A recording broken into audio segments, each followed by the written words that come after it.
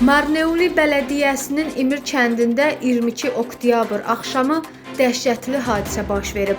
Sahibkarın sözlərinə görə ona məxsus yük daşıyıcı nəqliyyat vasitəsi kriminal ailəmin üzvləri tərəfindən yandırılıb. Kamera qarşısında görünmək istəməyən iş adamı bildirib ki, bir müddət əvvəl ona zəng edilib və 50.000 dolları Türkiyəyə çatdırması tələb olunub. Sahibkar isə bu tələbi rədd edib. Nəticədə onun iş maşını yandırılıb. Hadisə 22 oktyabr saat 23:00 radələrində İmir kəndində sahibkarın mağazasının önündə baş verib. Saxlanılmış Ford Sprinter markalı yük daşıyıcı avtomobil tamamilə yanaraq məhv olub. Mağazanın təhlükəsizlik kameralarının qeydə aldığı görüntülər hadisənin dəhşətini açıq-aydın göstərir.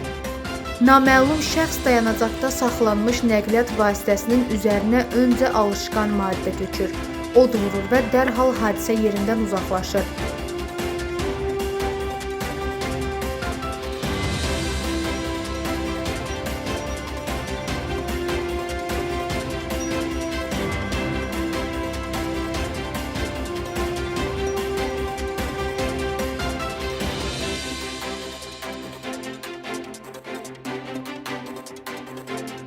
Daxili İşlər Nazirliyi bu mərhələdə hadisə ilə bağlı rəsmi açıqlama verməyib.